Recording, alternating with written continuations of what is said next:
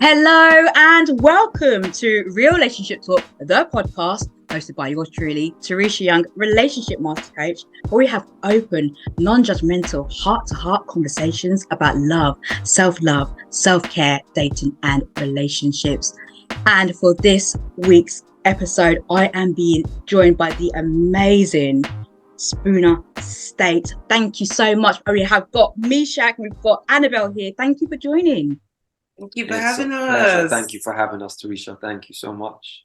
I have been looking forward to this conversation so much because of everything that you're going to share and the amazing transformation method that you have. I'm not going to reveal it now. What I am going to do is I'm going to read out your lovely bio and share with the audience a bit more about who you are and what you do. So, Annabel and Meshach of the Spoon Estate are intimacy alchemists and have been together for 20 years. They have cultivated a profound and ever-evolving sacred union rooted in open communication and mutual growth. Their journey has led to a love they affectionately term 1% love, a love adorned with endless supplies of love, connection, intimacy, adventure, fun, and fulfillment. They have a vision to make 1% love a global phenomenon. 1% love is the type of love shared between lovers which makes people think, how in the world do they seem to be so in love? How are they so connected and in tune? And what do I need to do to have a love like that? Boom. Using their proprietary method, the 1% Lovers Transformation Method, they empower couples to transform their relationships into sacred unions of 1% love within 30 days. Amazing. So beautiful. So clear. And Meshach, Annabel, I would love for you to share with us a bit more about what led you to being intimacy alchemists and creating this notion of 1% love. Thank you, Teresha. What an intro, and more than anything, the energy and articulation was you guys outstanding. Oh, thank you. Thank you so much. Do you want to go ahead, baby? Yeah, you can start, my love. What inspired us? On one level, we are very committed to self-growth, self-transformation, and also making a real impact in the world and being a contribution and making a difference to others. And we have been together, as you said, for 20 years. And there was a period at which in our relationship, we're going back to the halfway mark of our relationship, where after the first part, which had been fantastic for the most part, we were best friends. We had two offspring at that point. We'd been married and everything was going swimmingly for the most part, but we hit, I would say we crossed the honeymoon period threshold, and then we went into a space where we didn't know what to do. We didn't know how to navigate this new space where we didn't really have the injection of that initial energy, which lasted for quite some time. And we found ourselves in a breaking point. And there was one distinct time at which I recall and we recall where we were in our front room at home. Our two young sons they were very young at the time. They were upstairs just falling asleep. And this was a point at which it was a terrible time where we were like passing ships, where we didn't really like each other. We loved each other, but we didn't really like each other at the time. We were losing attraction for each other. Annabel had been on tour singing because we're both artists. And Annabel had been on tour. I'd been looking after the boys, and she'd come back and we were in the front room and the tensions were so high and it felt like, this is it. This is it. We're done. Breaking point. And I mean, do you want to add to that? Yeah, and I remember, so we had got back home and the tension is like walking into a fridge. And it dawned on both of us, actually, like this is bad. This is going to be the day that begins the beginning of the end.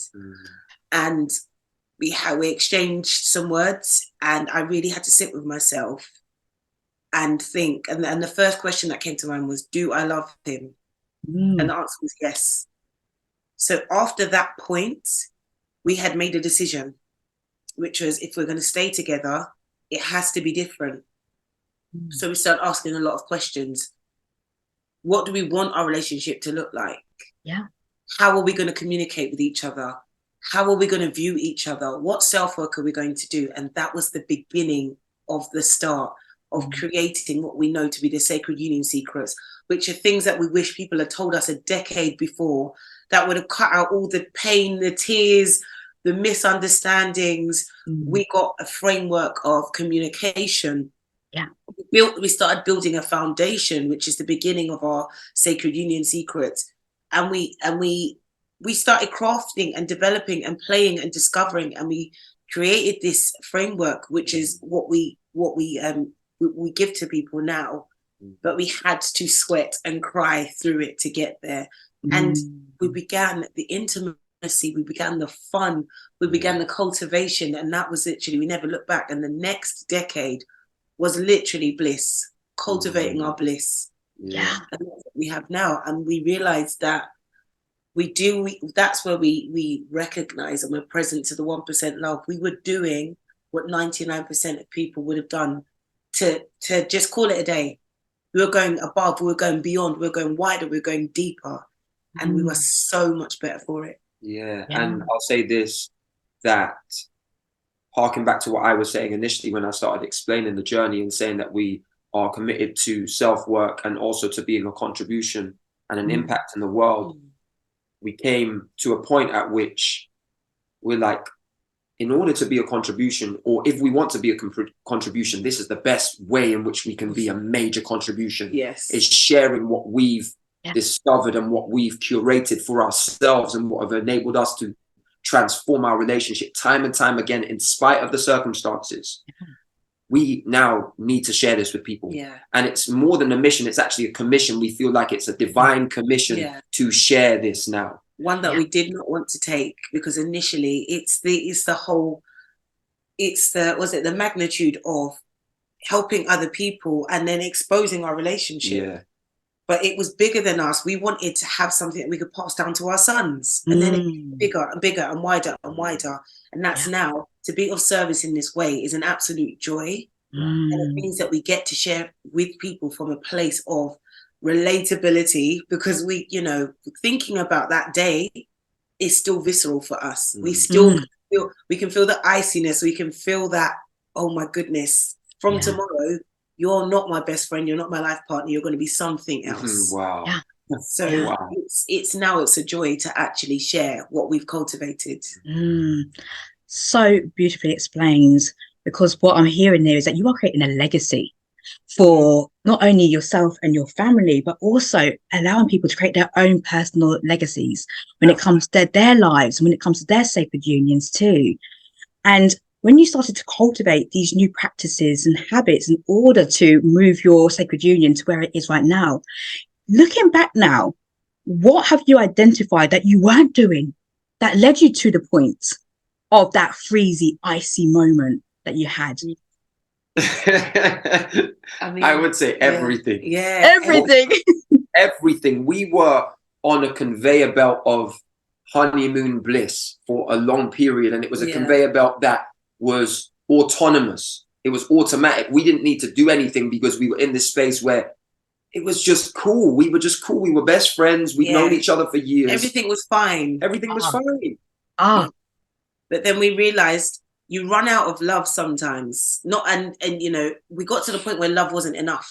We had to do the work, and bless us, we didn't know. We just, it was like, oh, I love him, I love her. Let's have children. Let's married. Move into. Let's get married. And that was beautiful. And to go a decade, credit to us, bless us in our unrealized selves.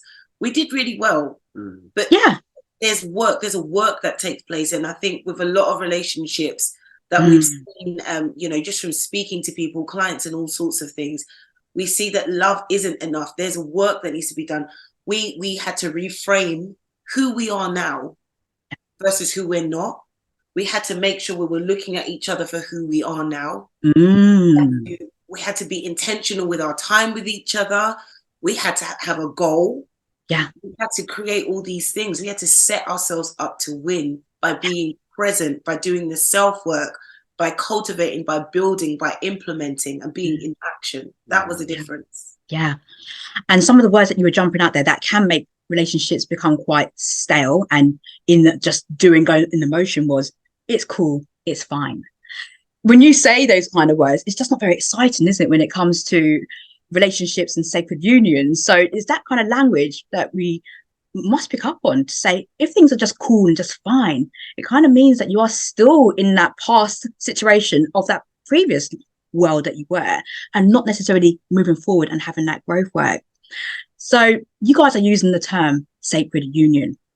Could you know, how would you articulate a difference, if there is a difference, between a sacred union and the traditional relationships, love partnerships? Thank you for asking. The way we identify it is, when we're sacred union in the context that we're speaking about, it is inextricably linked to 1% love. And in essence, a 1% lover and a set of 1% lovers, if you will, are those who, no matter what the circumstances, they are committed to doing what it takes to experiencing endless supplies of love, intimacy, connection, fun, adventure, and fulfillment together. A traditional relationship, to my knowledge and to our knowledge, doesn't have those distinctions. And a sacred union of 1% love has those distinctions. A sacred union of 1% love is characterized by the trait of, if I'm in this, I'm committed to having the best. I'm committed to having it all at all costs. I'm committed at taking each and every circumstance and situation, every breakdown, and looking at what's possible, what breakthrough is possible, and what transformation is possible, and what reality is possible on the other side of that breakdown or those breakdowns. And the sacred union also can never break from the outside in. If it does, it's always from the inside out, and then there's a reset. There's a reset because there's a commitment, which is, we're committed to each other's personal growth. You cannot have a sacred union without first doing the self-work. And the sacredness is that you're both committed to self and to each other's growth. That's the part of it that makes it sacred. And it's, again, it's the cultivation of that, and it's the constant practice of that. Because you don't just, it isn't just handed to you. You establish it and then you practice it, and you get it wrong, but because of what you're committed to, you not wrong. I like to use the word workable. Yeah, you fall over. You fall over and get up. And it is a practice of that because of that commitment. Because in a traditional relationship, if you know, one isn't doing the self-work or it's not working, you can just go, oh, it's not working. There's no discovery and looking from where and holding each other accountable. Where have I contributed to this breakdown? How can I allow this breakdown to be a breakthrough? It's just that it's not working. And the sacredness of it is that we continue to cultivate. We continue to look in and to pour in, and to look in and to pour in. And that's the difference. Oh, amazing. So beautifully articulated there, both of you. And the word that you used several times there was commitment to the dynamics, to the sacred union, to each other. And also you spoke about self-work. So the self-work, I would imagine, is part of the growth. Now, the self-work that you do yourself or you encourage your clients to do, how independent is that from each other? Because you've got the sacred union, for example. So self-work, how does that look for each party? Well, with the self-work, it's something we put as a suggestion because I believe that, and we believe that the self-work, what works for one person might not work for another one. So we can suggest things like shadow work, mirror work, and get people to go away and do their independent research. But as a base level, it's sitting, being present and looking. It's looking at our unworkable behaviors. It's praising our workable behaviors. It's that as a base. So that's something we would say, go away and have a look. Go and look at what triggers you. Go and look at what evokes joy. Go and look at what makes you want to push forward.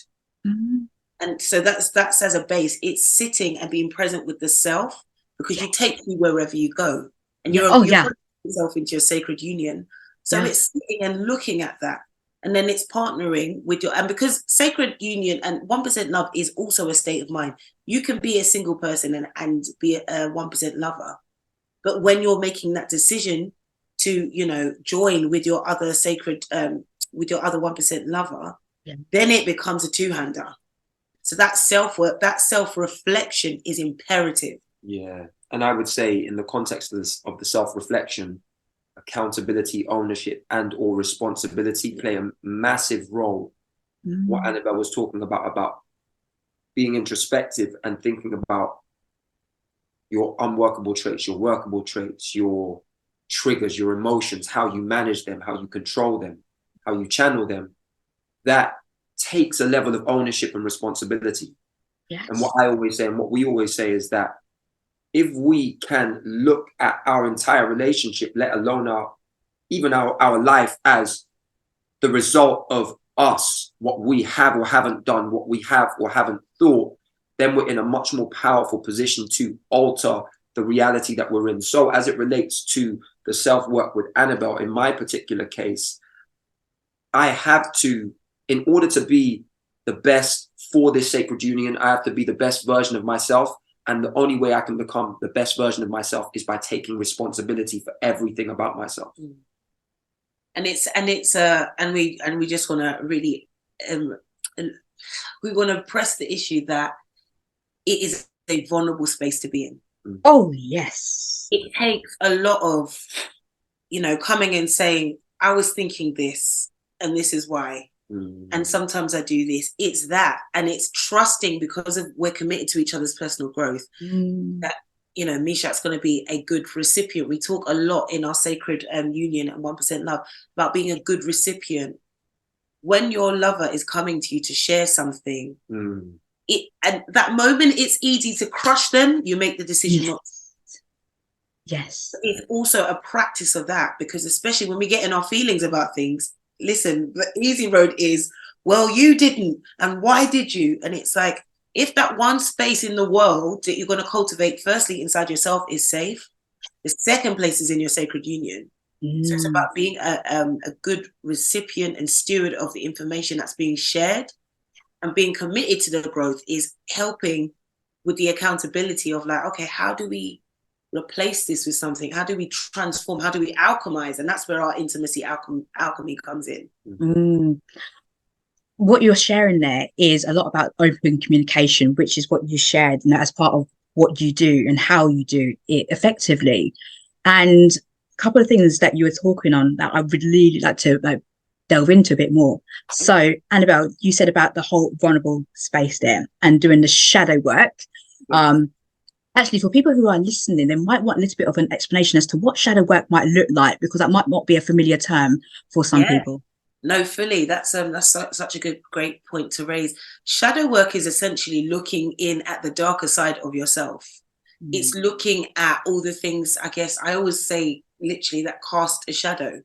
So it's not the lovely sprinkling stuff on top where somebody meets you and they think you're such a great person, you're attractive and charismatic. It's all the other stuff that you wouldn't, it's all the stuff that's not your public face.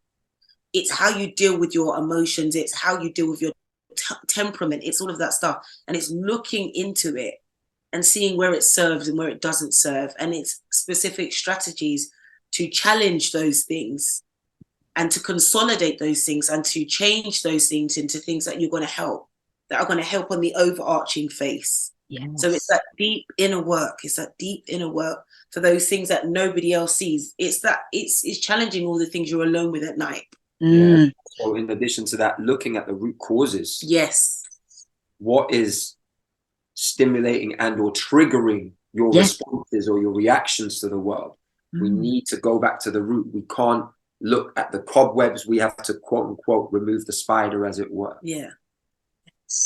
So, you know, one of the things that I do affirm to myself is that I embrace my shadow and I work my light, because it's all about clarity and just acknowledging both rather than trying to push it away. Actually, you can learn so much from the shadows, just like what you're saying there, Meshach, as well. The things that might be triggering us.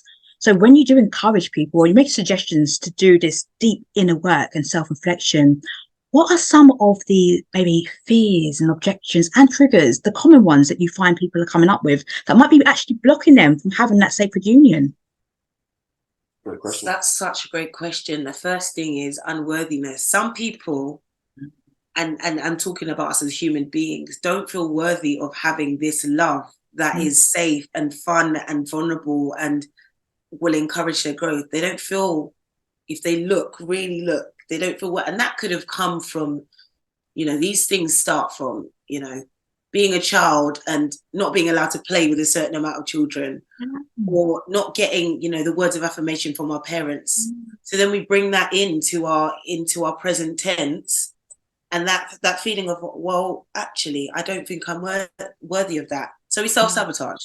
Yeah. Self-sabotage is another one. Okay. Getting in your own way and then getting to blame somebody else for it. Sometimes good old fashioned laziness. I don't want to, and that's okay, because there are seasons to wanting to do the work. Sometimes you can't. Sometimes you just don't want to. But once you've got to the end of yourself and you're tired of what you do have, because sometimes if we don't do the work, we have more of the same until we're tired of it, or until it tires us out. And then it's like, right, what do I need to do to change this? Yeah. It's usually the pain. You get to that pain threshold when you're like, I just actually cannot bear this anymore because it's so deep. What you have said from the start, though, is that why were you not told this at the beginning, so that you can apply that at the start of the relationship, so it doesn't feel like a major piece of work to do. When you are, maybe you're being reactive rather than proactive when it comes to the angle that you're taking. So, you have spoken about your transformation method, your 1% lovers transformation method. It's a mouthful. Yeah, I just had to look at that and just get it out. But I know it's going to be, it's powerful. Can you share with us a bit more about what that looks like and some of the practices and techniques that you use there? Yeah, so the 1% Lovers Transformation Method is founded upon the Sacred Union Secrets that Annabel's already cited. We have 8 Sacred Union Secrets, and they underpin the method. And then we have a bunch of other distinctions and tools and techniques that work within that framework, as it were. And it's a 30-day pathway. It's a 30-day pathway that we take couples through to take them from, as we said, that relationship state, if you will, or status, through to a sacred union of 1% love. And the pathway itself is made up of 5 modules, and each of the modules is centered around 2 of the sacred union secrets. And we give people a framework that they can say, well, we tell them it's a guarantee. If you follow this framework, within 30 days, your relationship will look utterly different. It will look different, and it will feel different, not only for others, but also for yourselves. Yes. And that's the method. And then some of the other things that we use are opportunities. That's one of my favorite. And I think once we discovered that, so an opportunement is one of the pillars of 1% love, which is when you're having a disagreement with your lover, you look at it as an opportunity to, what was it? An opportunity to have a moment within. So when you have a disagreement, yes, it's basically looking at that disagreement as an opportune moment. That's what I was looking for. So it's a moment to take the opportunity to look at it another way. Okay, we're having a disagreement here. We're going back and forth. What is it? What is the thing? If you think about the thing even as an entity, it's not you two versus each other, you and your lover. It's both of you versus the thing. So it's okay, what is the thing that's getting in our way right now? And then it's identifying that and then reframing it. So that's one of my favorite things, because that really changed the game for us. Because especially with your lover, if you're going back and forth and back and forth, sometimes it's about a specific thing, and sometimes it's literally there's something that hasn't been addressed. So your lens of your lover becomes skewed. And we're communicating, and it doesn't even matter what we're saying, it's how we're viewing them that's informing where we're communicating. So we have to go, okay, what is the thing here? Sometimes stopping and looking is amazing. And another thing we use is safety words are not just for sex. So if we're having a disagreement and it's getting heated, we're very passionate in our time, we have a safety word. We use the word giraffe. We use the most ridiculous word we can, because it takes us out. And that when we use our safety word, our sacred safety word, we have to stop. We have to pause, but that we have to return at some point. Yes. Hopefully within the same day. It just gives us both a moment to just Oh and then God. come back. And then that's within the practice of your sacred union. Mm. And we have to both honor that sacred safety word. Yeah. And then as far as, oh, sorry, Teresha, just No, go what ahead. came to mind for me is, just so folks that are watching and listening are aware, one of the first of our 8 sacred union secrets is foundation. You can't, your house can't stand, and I'm using house figuratively, right? Yeah, yeah. Your house cannot stand unless there's a firm foundation, unless it's built on solid ground.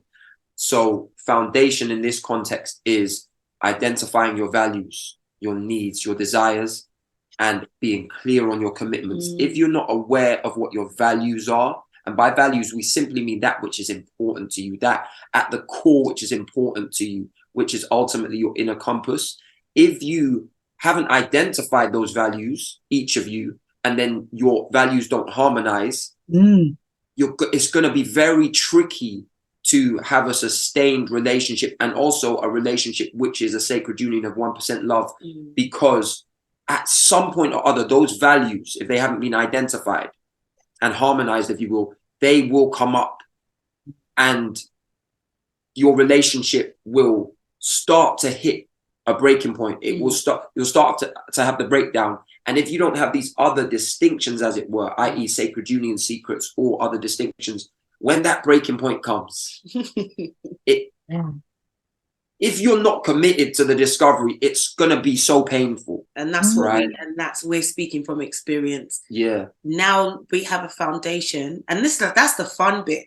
You get to literally, if you think of it as a jar, it's like, okay, what do we want in there? This is important to me. That's important to me. Yeah. We want this. Like, one of the things we put in our foundation is that we're committed to having the difficult conversation that brings the breakthrough.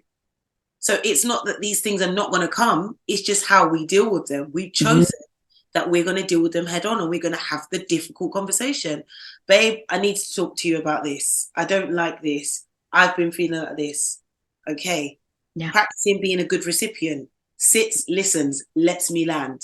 Yes. And then you were building that. So the next time we're having a difficult conversation, we can hark back to our foundation and our way of being in the last conversation. Again, that's cultivating the wards of the sacred part of the union.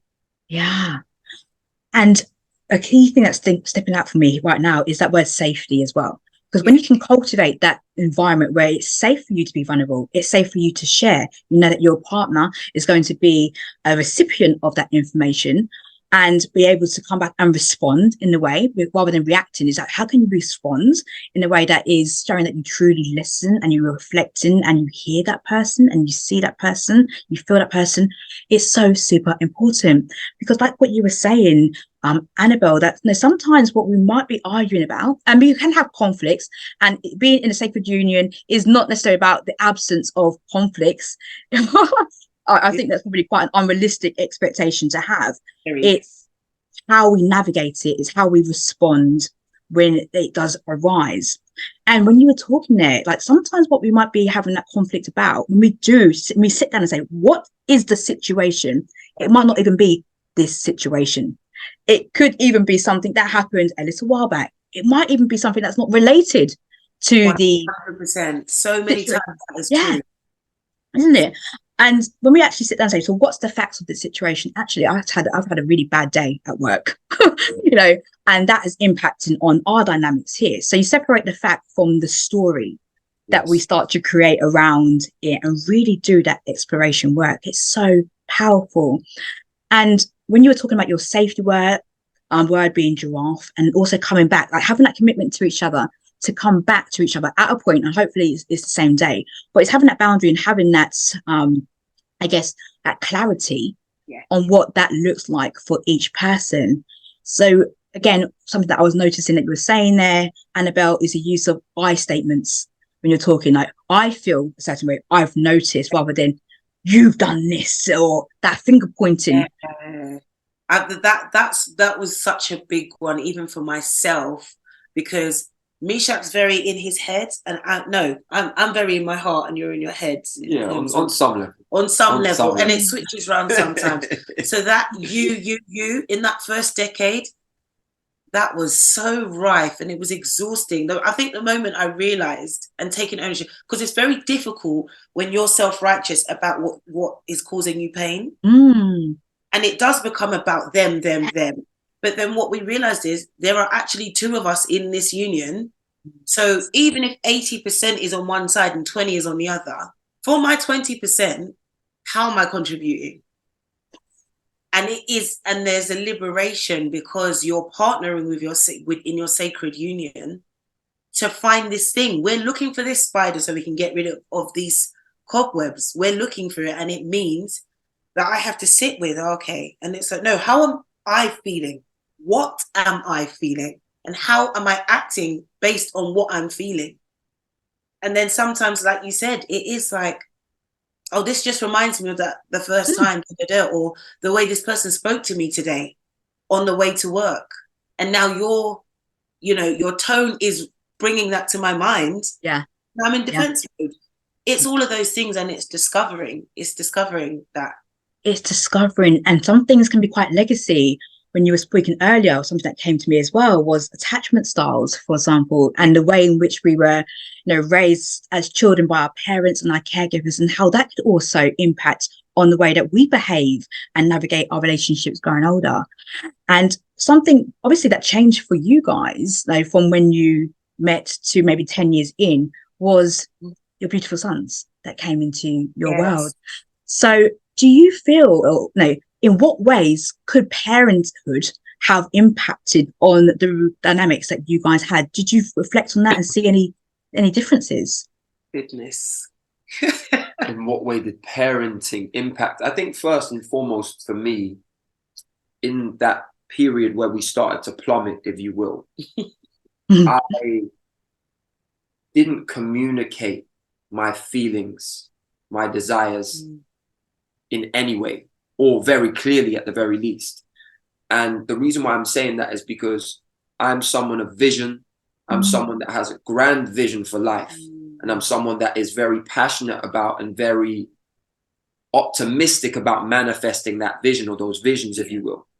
And when it came to my sons, and when it still comes to my sons, I have a vision for them. I have a vision for what I want us to achieve and experience.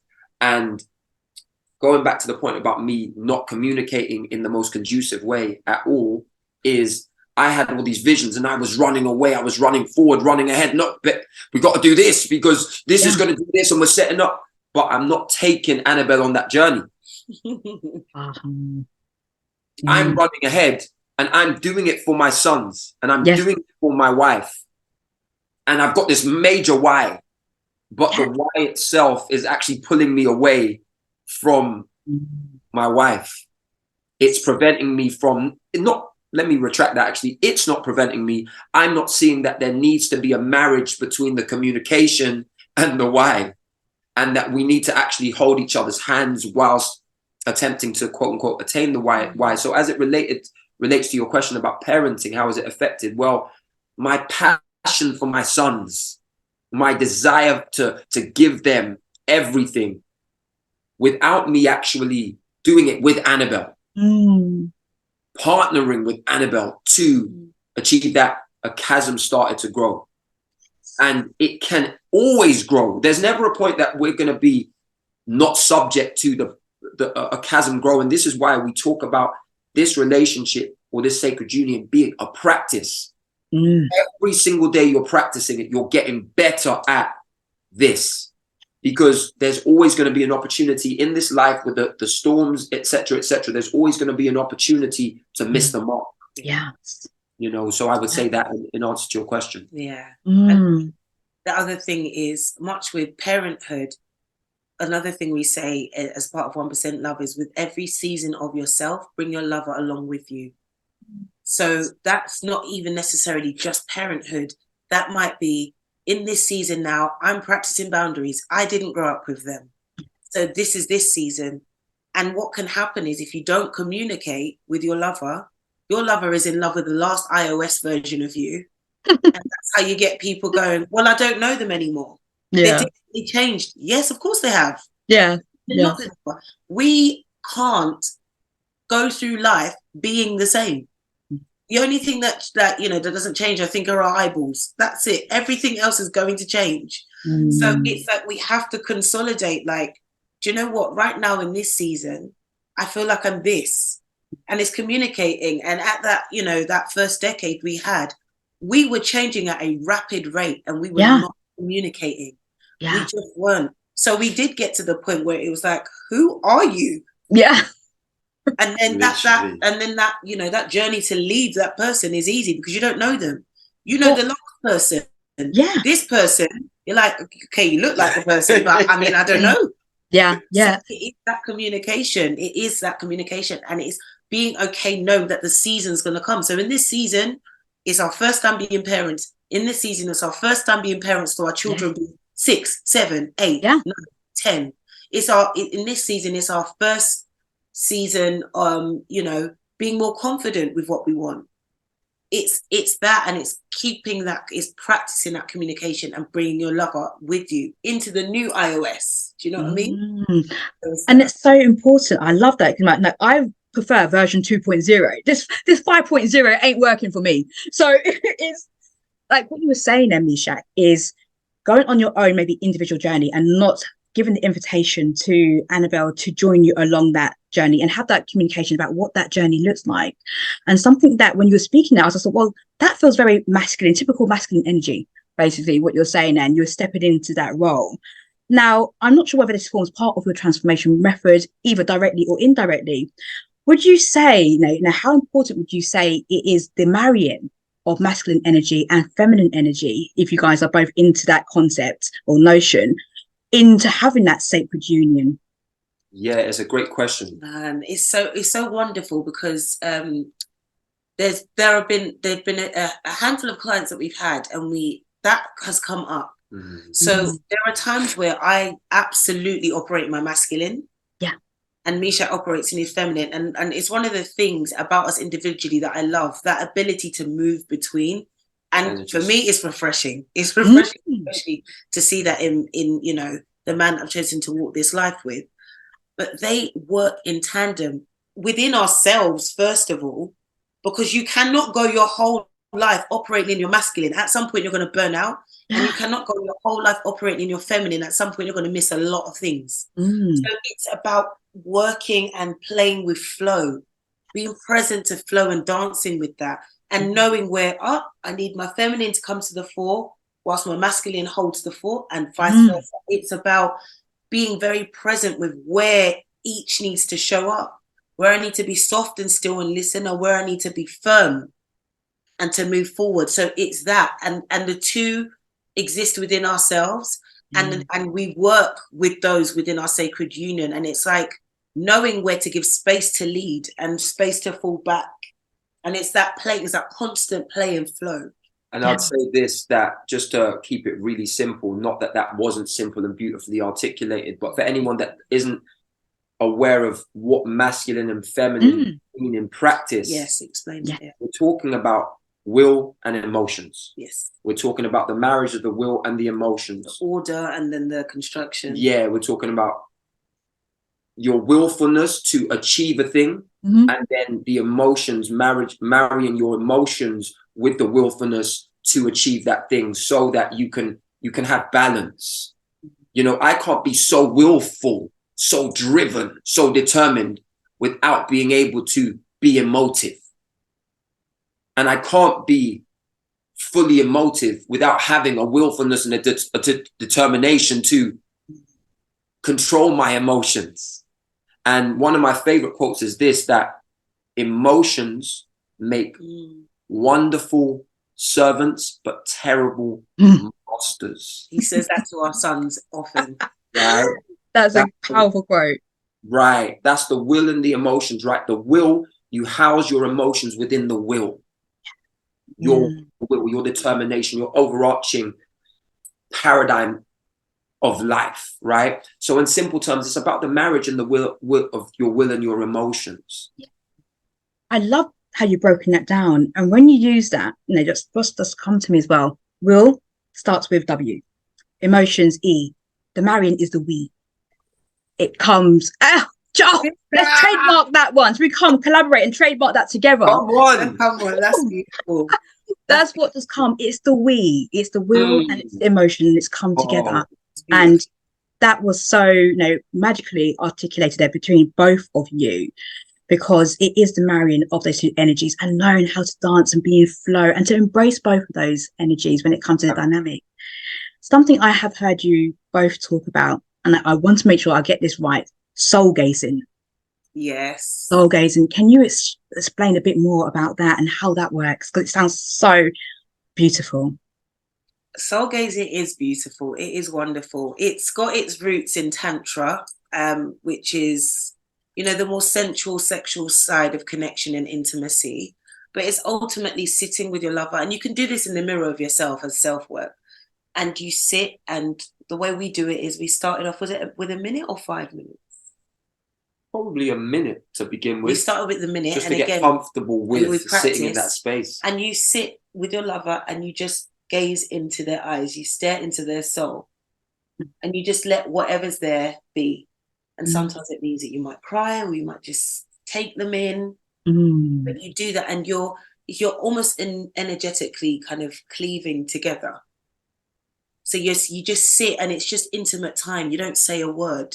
Just take each other in through the eyes, and you extend that time. We start with a minute, and with our soul-gasmic challenge, we do that for 7 days. Wow! So I think that and it's a little bit at a time. You think, how long does anyone scroll on the toilet for, or watch? I don't know. Exactly. Or keep it, whatever Netflix program is less time than that. Yeah. And it's just putting another penny in the jar in your intimacy, another penny in the jar in your intimacy. Yeah, and one thing that came up when we last did our challenge, the Soulgasmic Challenge, which was last month, it wasn't too long ago, is we got to day 5 and our aim and objective within the challenge is to do 7 consecutive days. It's about 5 minutes per day, give or take. We got to day 5 and we had done 5 consecutive days. And then we had started to have some hiccups. Life showed up and we missed a day. And then the 6th day was actually on the 7th day. And then the 7th was actually on the 10th day. And what came up for me personally was this on the 7th day. And we actually shared this on Instagram in the description on one of our posts on the 7th day, because we posted it on Instagram each day, is what came up is life is always going to get in the way. It's always gonna, and that's the nature of life. There's nothing wrong with that. That is the chaos of life, right? Life is always gonna get in the way. It's about how you actually deal with what's being put in front of you. And as it relates to us in our sacred union, what are we gonna do with this? What are we in our commitment to each other?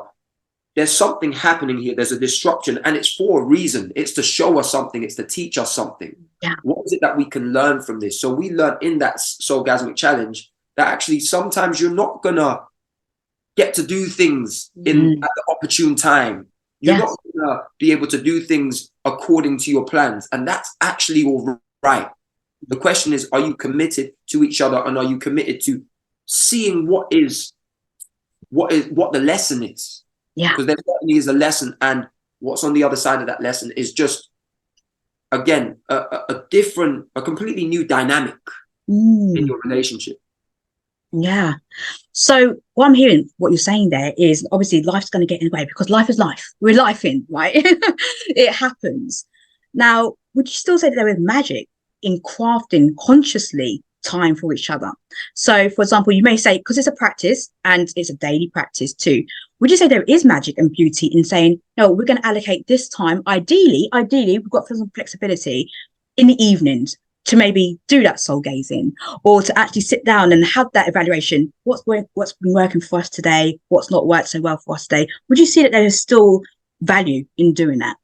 Without a doubt. One of our other sacred union secrets is familiarity. And by familiarity, what we mean is creating shared habits and rituals in order to generate unity and purpose. And in simple terms, you're going to get this. This is the beauty of the masculine and the feminine, the yin and the yang, the will and the emotions, as it were. Polarity. this universal pattern that shows up no matter where you are, wherever you are, right?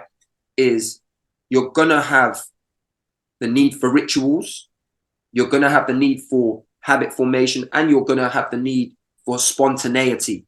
Yes. These two are, they're in a dance with each other. Yeah. And it's about having that balance where you're not so overly ritualistic that you miss the spontaneity, but you're not so overly spontaneous that you miss the importance of the ritual. So familiarity being one of the sacred union secrets is create your shared habits and rituals together. Now, these don't need to be overly adventurous. These are your pillars. These are your mainstays that keep you anchored on some level. In addition to the foundation you've laid, they keep you anchored. And if you miss the curated time, that's all right. But you know that, all right, we missed a day. It doesn't mean that we need to start missing each and every time because we've missed a day, right? We just go back to the drawing board and we begin again. And in the spirit of talking about polarity, when you get to a point in your relationship where it isn't working, you have practiced an unconscious habit which is missing each other. And you haven't allotted for that time. Yeah. But it's happened and it's happened and it's happened. And the compound effect is, you know, something isn't working. So if you think about the polarity of that, which is scheduling and being intentional, the compound effect of that is a deeper sense of intimacy. So it's basically taking your unconscious and consciously using that time. Yeah. You're alchemizing that time as to something else. Because most of the point, like we said, when you get to the point where you had a breakdown, you've been breaking. You haven't just fallen, you've broken down. Yes. So you build yourself up to intimacy. You build the intimacy, you practice it. So it's practicing allotting the time. It's practicing talking about your intention. It's practicing looking at your foundation. It's practicing re-looking at your commitments. Yeah. So it behooves you almost to allot the time. And if you miss it, to find another space. And if you miss it, to find another space. Yeah, yeah. And reviewing that with compassion too. 100%. From when you are doing that, it's just having that kindness, having that compassion for yourself. And also because we can beat ourselves up. You know, when we have, oh man, our streak is over. We've ruined the streak, and we can really start to beat ourselves up about it. But it's reviewing it with compassion and creating that habit, as you said, because often why we might self-sabotage or things come in the way, it can be our own internal blockages because it's not normal and natural for us. So if something doesn't feel normal and natural, it can create a fear, and it can make us feel a little bit like, oh, I'm out of my comfort zone. But the more, like you say, you practice the habits, you do it regularly, then it does become normal and natural and almost second nature. You might just do it on the go and not so you've got that spontaneity, like what you were saying there, Meshach. So it might not feel so structured, but I definitely feel like if this is new to you, having the structure behind it and having the method and the framework like you guys share is going to be so helpful for people doing that. So something I also wanted to touch upon is that you have this, it's the 1% love scorecard. Yes, 1% love scorecard. Yeah, and that's a quiz that you have on your website. Yeah, exactly. Yeah. So the quiz, we created that to be a resource for couples that can easily show them what the health of their relationship is currently, and then can give them takeaways, action points to take away and immediately start transforming their relationship. So the way it works is you go to the scorecard, it assesses you based on your relationship, based on 5 key areas, the health of your relationship based on 5 key areas. That can be done. It usually takes about 5 minutes, but if you want to take some time to craft your answers, it may take a little bit longer. It then gives you your results. It tells you one of the 5 zones that you're in. And the highest of those zones is the sacred union of 1% love. And then it gives you 3 key action points for each of the 5 key areas. And that's free on our website, can be done there, basically, in simple terms. Yeah. Which is absolutely amazing. As you said, it's got the 5 zones. Have you found that anybody has come in with that 1% sacred union result? Yes. Yeah. Oh, okay. Yes. So there are a few other people out there working that. Yeah. You know, it's the beauty about a sacred union of 1% love is you can, in literally in the space, this is why we've distinguished it as a 30-day period. You can literally experience that within 30 days. And you can consistently experience it. You can equally experience it within 30 days and then quote unquote fall off the wagon, because the practice element is super critical. But you have the framework to do it every 30 days. You can literally renew that sacred union of 1% love experience every 30 days. So there are folks out here that are doing the work, and it may not quote unquote look like the way we've done it, but they're doing the work which leads to the same quote unquote results. So yeah, we have seen people with that result, sacred union of 1% love. That's absolutely amazing. And when you were talking about the 30 days, yes, I completely agree that you can see transformation within 30 days. And sometimes like the 30 days might even just be you getting familiar with the whole process, and then you do it for another 30 days. And there's some, for every bit there can be so much information about how long it takes for you to actually really embed a habit. And some people say it can take, a couple of cycles of like maybe 63 days, whatever you hear. So that first 30 days could actually be, oh yes, this is starting. And you do it again. It just kind of amplifies it and takes it to new heights and experiences there, which is so, so exciting. And you are on this commission, as what you said, this global commission that you have. So have you got any vision about how you are going to take this to the world? Because I know that you're on various different platforms. What have you got the vision of how that's going to work? Yeah, so I mean, definitely more conversations with the relationship master coach, Teresha Young. Absolutely. It would be a joy. But we'll have to have some more conversations offline where we discuss how we can partner with each other, because we love what you're doing. We love your energy. We love your message, your authenticity and transparency. It's beautiful. And we know that the half hasn't been told yet in terms of what your skill sets are. And we're looking forward to also seeing you share those offerings as well, eventually, whenever they may be, right? Yeah. So there's that. There's also being, I would say, honoring what the plan is. Yeah. Honoring what the plan is. We have a big vision, and it really comes down to, are we going to honor our word?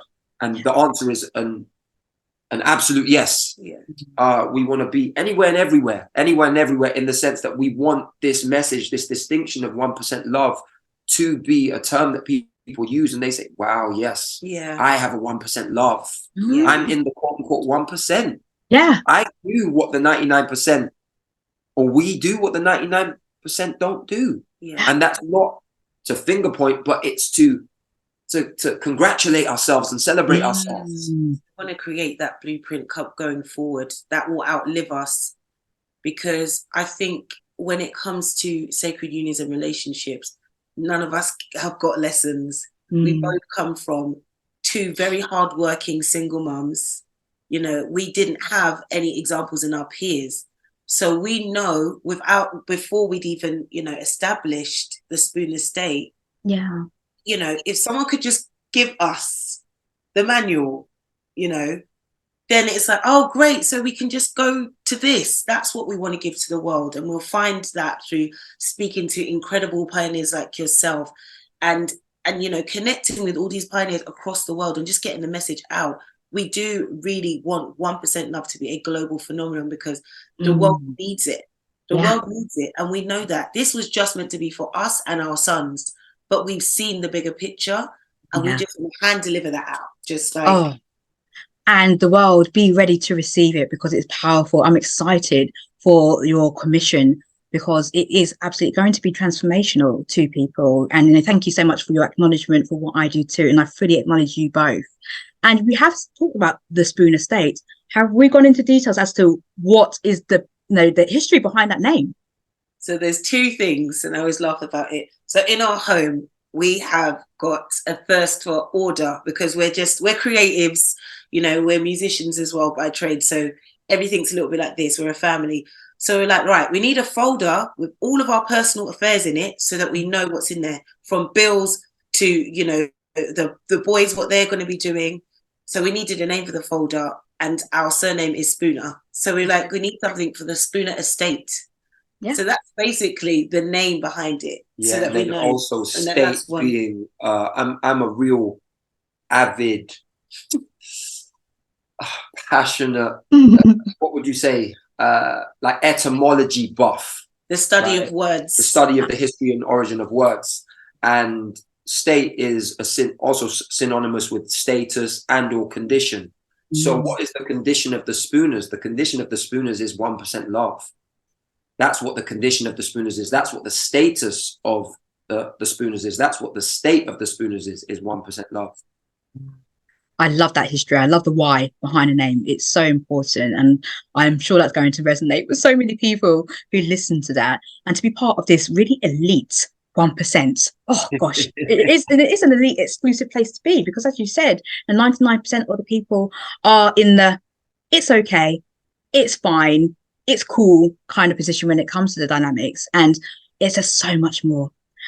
I know we have spoken so much about love. We've spoken about connection. We've spoken about fulfillment, adventure, all of that juicy intimacy stuff we've spoken about. So I'm going to ask you a question. We might have already covered it. What I do like to ask my guests is, now, what is your personal definition of love for each one of you in the context of romantic connection? Oh, what's the first word that comes up for me? Just, I guess, expansion and freedom. I think in a space where there's expansion and freedom, everything's possible. And that speaks to the birth of joy. That speaks to the birth of strength and bliss. So I think though it's those things. When, the first time I ever tried to manifest the love of my life, I was 7. And I remember seeing my mum and dad and thinking, I need the absolute opposite of this. This is trash. And no fault to them, but it was like, and they both had said, we just didn't have the communication. We didn't have it. Yeah. And I remember cutting out a magazine of, what I wanted it to be. And I thought, I want to be friends with my lover when I get older. I want to be free to be myself. I don't ever want to have to kind of like hide all the quirks about me or who I am or what I like. So that freedom to be myself would encourage that love. I'd know that I'd be in love with my life, in love with myself, in love with my lover. So that's what comes to mind for me. Oh, that's so lovely. And you, Meshach? I don't know if I should go after that, because that was that was the blueprint. I don't know what to add to that. My personal definition of love, it would be, or is, let me feel it for a moment. Yeah, sorry. good into that.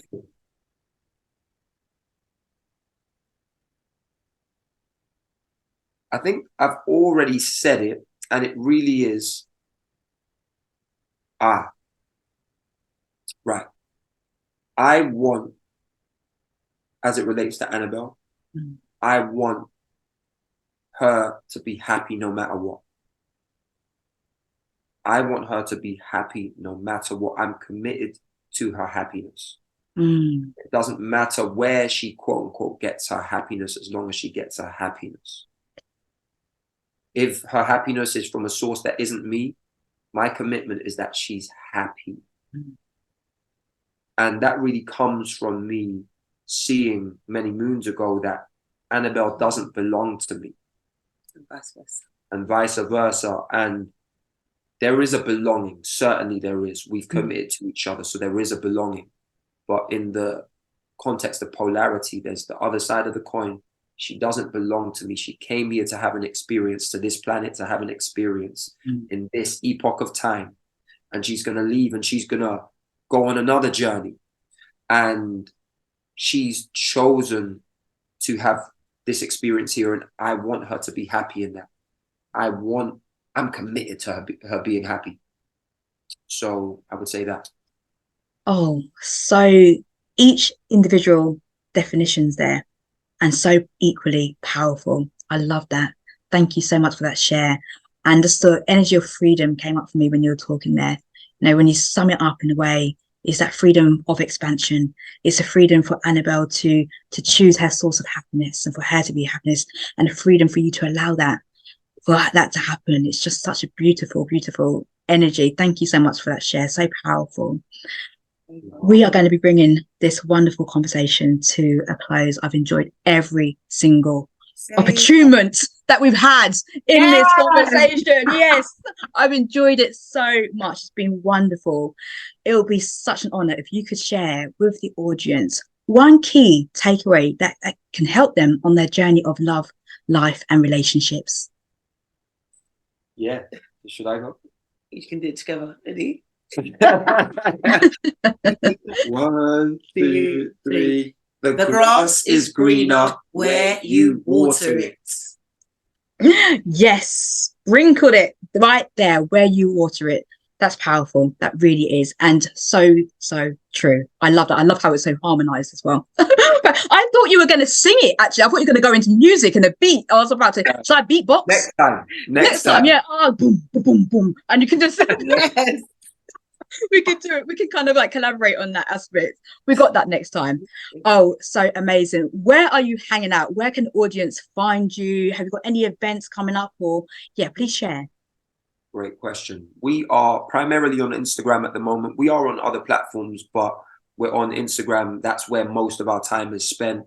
We also have a website, which is thespoonerstate.com, which is THESPOONERSTATE.com. And that houses our scorecard quiz. It houses more information about our method and just a bit more about us. And our handle on social media is also at the Spooner State. Yeah.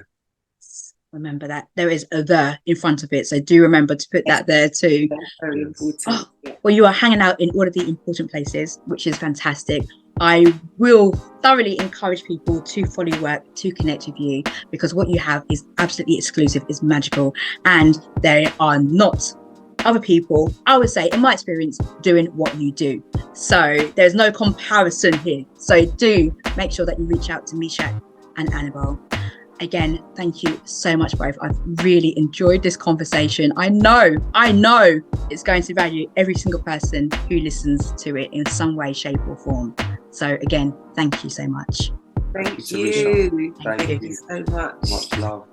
And for everybody who has listened to this wonderful conversation, this dance of a conversation, I want to thank you for your time, for your attention, and for your energy. And until the next episode, take great care of yourself and others too.